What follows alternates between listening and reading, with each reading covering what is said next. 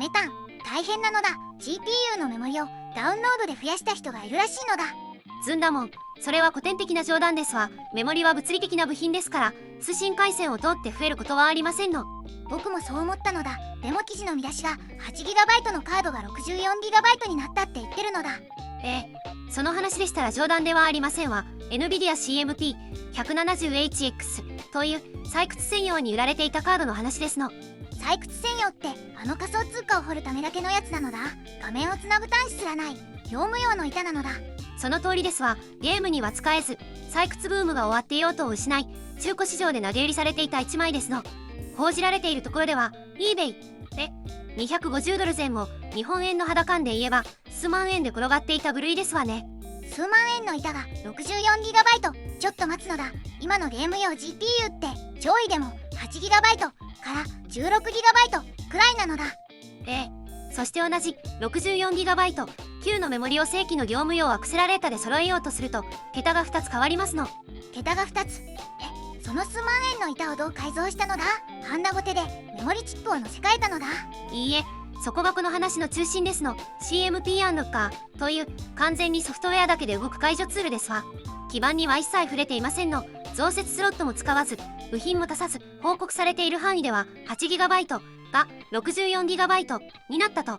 物理的には何も足してないのだ。じゃあその 56GB はどこから湧いて出たのだ。湧いてなどいませんわ。最初からそこに載っていましたの。ただ鍵がかかっていただけですわ。鍵？無効化されていたのはハードではなくファームウェア、つまりソフトの側で閉じられていただけですの。しかも閉じられていたのはメモリだけではありませんわ。演算性能も PCIe の速度も同じ仕組みで絞られていましたの。待つのだ。それって鍵のかかった部屋がいくつもある家を狭い家だと言って売ってたようなものなのだ。いいえ、手入ですわね。そしてこの話は安い GPU が見つかったでは終わりませんの。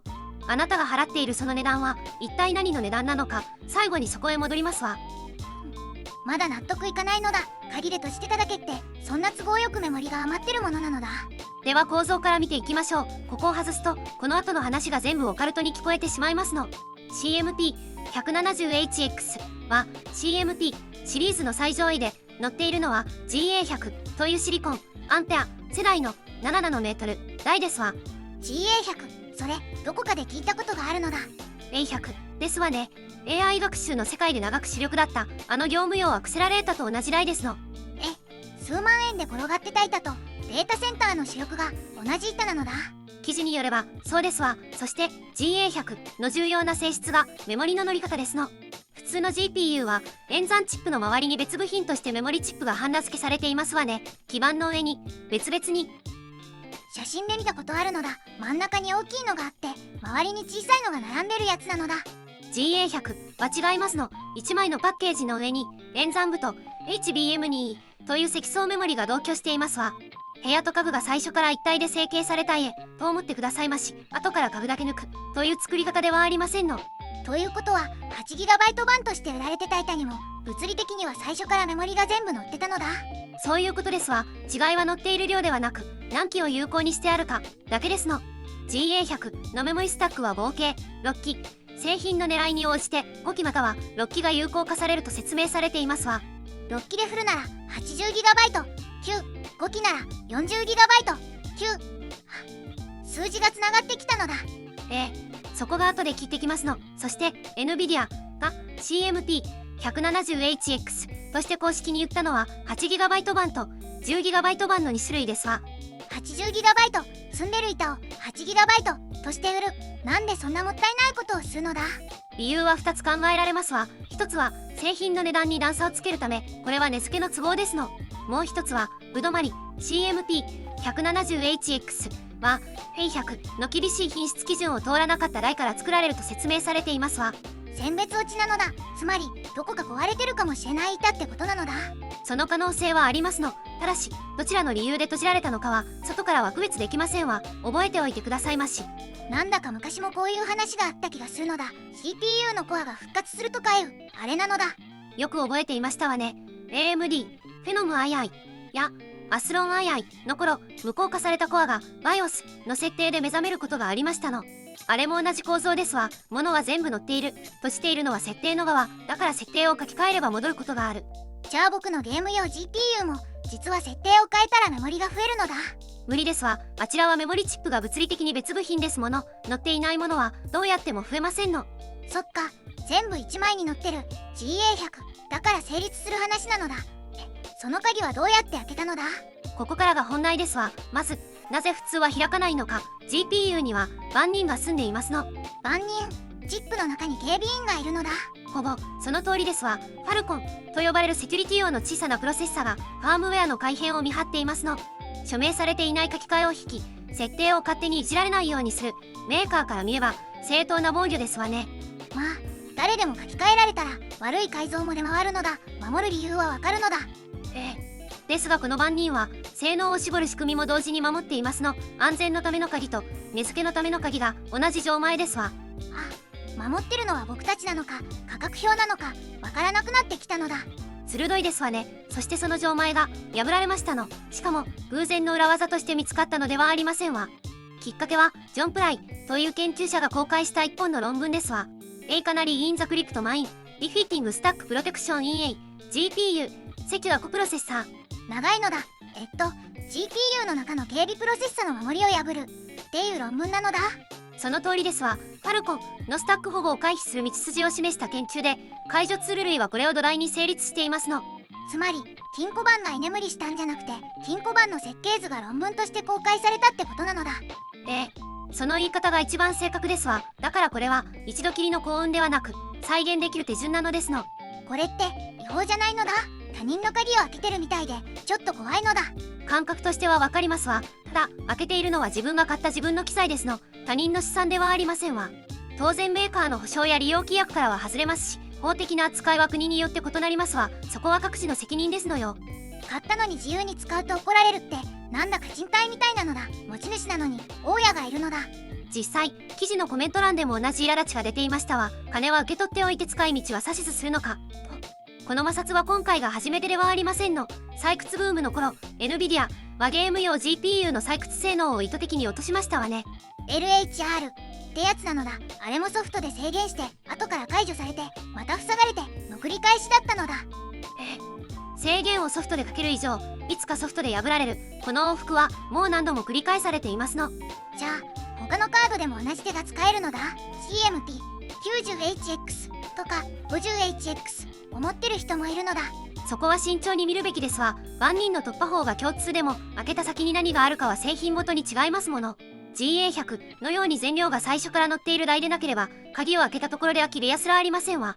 なるほどなのだ。鍵が開くことと部屋があることは別の話なのだ。そして最大の問題はそこですの。鍵は開いた。でもその部屋が住める部屋かどうかは分かりませんのよ。開けたら 64GB 使えるんじゃないのだ。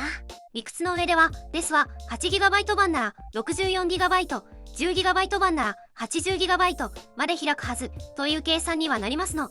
ですが実際にユーザーから動作が報告されている範囲は確認できているところで 40GB までとされていますわ。 40GB 残りの半分はどこ行ったのだ。それが誰にもわからないというのが今回の一番大事な部分ですの。ここは断言できる話ではありませんわ。わからないってそんな無責任なことがあるのだ。無責任ではなく原理的に判別できませんの。ここでさっきの殲滅落ちという事実が効いてきますわ。閉じられていた理由が値付けの都合なら開ければそのまま使えますわ。壊れていたから閉じたのなら開けても動きませんの。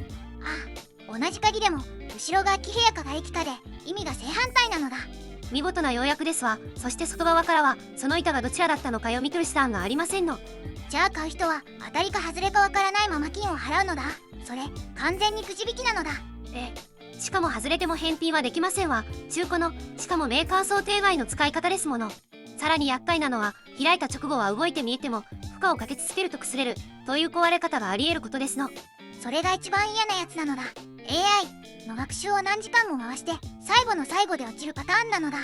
その通りですわ。容量として見えていることとその容量が信用できることは全く別問題ですの。数字が見えてるのに信じられないって気持ち悪いのだ。健康診断で数値だけ良いみたいなのだ。良い例えですわね。だから買う側は 40GB 動けば御の字、それ以下でも文句は言えないと構えるほかありませんの。こうした落とし穴は今回に限りませんわ。採掘用機材の再利用では AMD の BC250 という先例も語られていますの。あれも採掘用の変な箱を無理やり PC として使うやつなのだ。動く人と動かない人がいたのだ。用途を外れた機材を蘇らせる遊びには必ずこの個体差がついて回りますの。ジャンル全体の宿命ですわ。当たれば数万円で 64GB、 外れればただの思い板。ギャンブルとしては掛け金は安いのだ。そこが人を引き寄せる理由ですわね。ただ当たっても手放しでは喜べませんの。戻らないものがありますから。戻らないもの？メモリは戻ったのだ。他に何が閉じられてたのだ？まず戻る側から、この解除では演算ユニット SM の性能も一部が回復すると報告されていますわ。計算する部分まで戻るのだ。じゃあもう A100 と同じ性能ってことなのだ。そこまでは言えませんわ。あくまで絞られていた分が緩むという話で、同等になったとは示されていませんの。そしてもう一つ、 PCIe の速度、もともと PCIe1.0 の4レーンに制限されていたものが 2.0 の4レーンまで上がりますわ。 1.0 が 2.0 になった。いや待つのだ。今時4レーンってめちゃくちゃ細いのだ。そこが実用上の急所ですの。倍にはなりましたけれど、普通の GPU が使う16レーンとは比べ物になりませんわ。つまり部屋は 64GB に広がったけど、玄関がやたら狭いままなのだ。その通りですわ。大きなモデルをメモリへ運び込むたび、その細い入り口を通しますの。待ち時間はそこで発生しますわ。一度乗せてしまえば中では早く回りますけれど、の世界が頻繁な使い方だと入り口の細さが体感を支配しますの。じゃあレーンも解除すればいいのだ。ソフトで開くなら16レーンも開けばいいのだ。そこが今日一番面白い部分ですわ。 NVIDIA はレーンを4本に絞った上で基板から部品を抜いていますの。抜いてる？PCB 上からコンデンサが12個分物理的に省かれていると説明されていますわ。載せていないのですの。わざわざ部品を減らして性能を落としてるのだ。原価は下がるけどそこまでやるのだ。ここに鍵をかけただけの扉と蝶つがいごと外して壁で塞いだ扉の違いが出ていますの。後者はソフトでは開きませんわ。じゃあハンダ付けすればいいのだ。12個くらい得意な人なら付けられるのだ。理屈の上ではそれで16レーン分の帯域が開く可能性があると語られていますわ。ただし実際に動いた例は確認されていませんの。未検証なのだ。しかも失敗したら今度こそ本当にただの板なのだ。ソフトの解除と違ってこちらは取り返しがつきませんわ。試すなら失っても構わない1枚でどうぞ。整理するのだ。ソフトで閉じた鍵は開いた。でもハードで塞いだ壁はそのまま残ってるのだ。そういう構図ですの。ここまで来ると買う人と買わない人の線をはっきり引けますわ。どういう人が向いてるのだ？容量さえあれば勝ちという用途、大きなモデルを一度乗せてじっくり動かす速度より容量が効く使い方ですわ。逆に締め切りのある仕事で使う方、安定して動く前提で組みたい方には全く勧められませんの。壊れても笑える人向けなのだ。仕事の道具にする板じゃないのだ。その線引きで十分ですわ。さて最後にもう一つ面白い動きがありましたの。値段ですわ。値段？数万円で転がってたって話だったのだ。そこですわ。この板発売当時の値札は4300ドル、日本円なら当時の水準で数十万円の業務用機材ですのよ。数十万円のものがブームが終わったら数万円になったのだ。落差がすごいのだ。用途が消えた機材はそうなりますの。ところが解除の話が広まった途端1000ドル超まで跳ね上がったと報じられていますわ。4倍なのだ。物は何も変わってないのだ。誰もハンダゴテなんて握ってないのだ。中身は1ミリも変わっていませんわ。変わったのは鍵のありかが知られたという一点だけですの。値札って物の値段じゃなかったのだ。開けていい扉の数の値段だったのだ。それが今日の結論ですわ。ちなみに正規の A100 は 40GB 版で3500ドル前後、 80GB 版なら11500ドル前後からとされていますの。 80GB 版は日本円で100万円を超える世界なのだ。それと同じ板が数万円で転がってたのだ。容量あたりの値段だけ見れば確かに破格ですわ。ただしアンペアはもう2世代前の設計ですのよ。メモリをいくら開けてもホッパーやブラックウェルの計算速度にも電力効率にも届きませんわ。時間は巻き戻せませんの。日本で使うとなると電気代も冷却も自腹なのだ。業務用の板って風を強引に通す前提で作られてるのだ。そこは軽く見ないでくださいまし。安く買えた分を電気と騒音と手間で払い戻す形になりますわ。でもなんだか他人事じゃない気がしてきたのだ。この売り方ってこの板だけの話なのだ。いいえ、同じものを作ってソフトで能力を絞り値段の階段を作るこの商売はあらゆる分野に広がっていますの。車の加速も家電の機能も業務用ソフトの上限も同じものを持っていて開けていい範囲だけが違う、そんな製品が増えましたわ。つまり僕たちが買ってるのは製品じゃなくてここまで使っていいという許可なのだ。少なくともそういう部分が確実に混ざっていますの。だから今回の騒ぎは安い GPU の話では終わりませんわ。最初に言ってた話に戻ってきたのだ。あなたが払ってる値段は何の値段なのかってやつなのだ。今回の答えははっきりしていますわ。物理的には何一つ足していないのに価値だけが4倍になりましたの。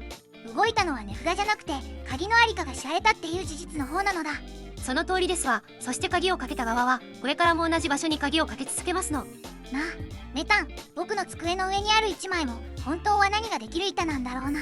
素敵な問いですわ。答えは出ませんけれど、その問いを持っているかどうかで次に何を買うかは変わりますのよ。今日は勉強になったのだ。みんなも手元の機材をちょっと疑ってみるといいのだ。よろしければ高評価とチャンネル登録を、あなたの手元の1枚の話もコメントで聞かせてくださいまし。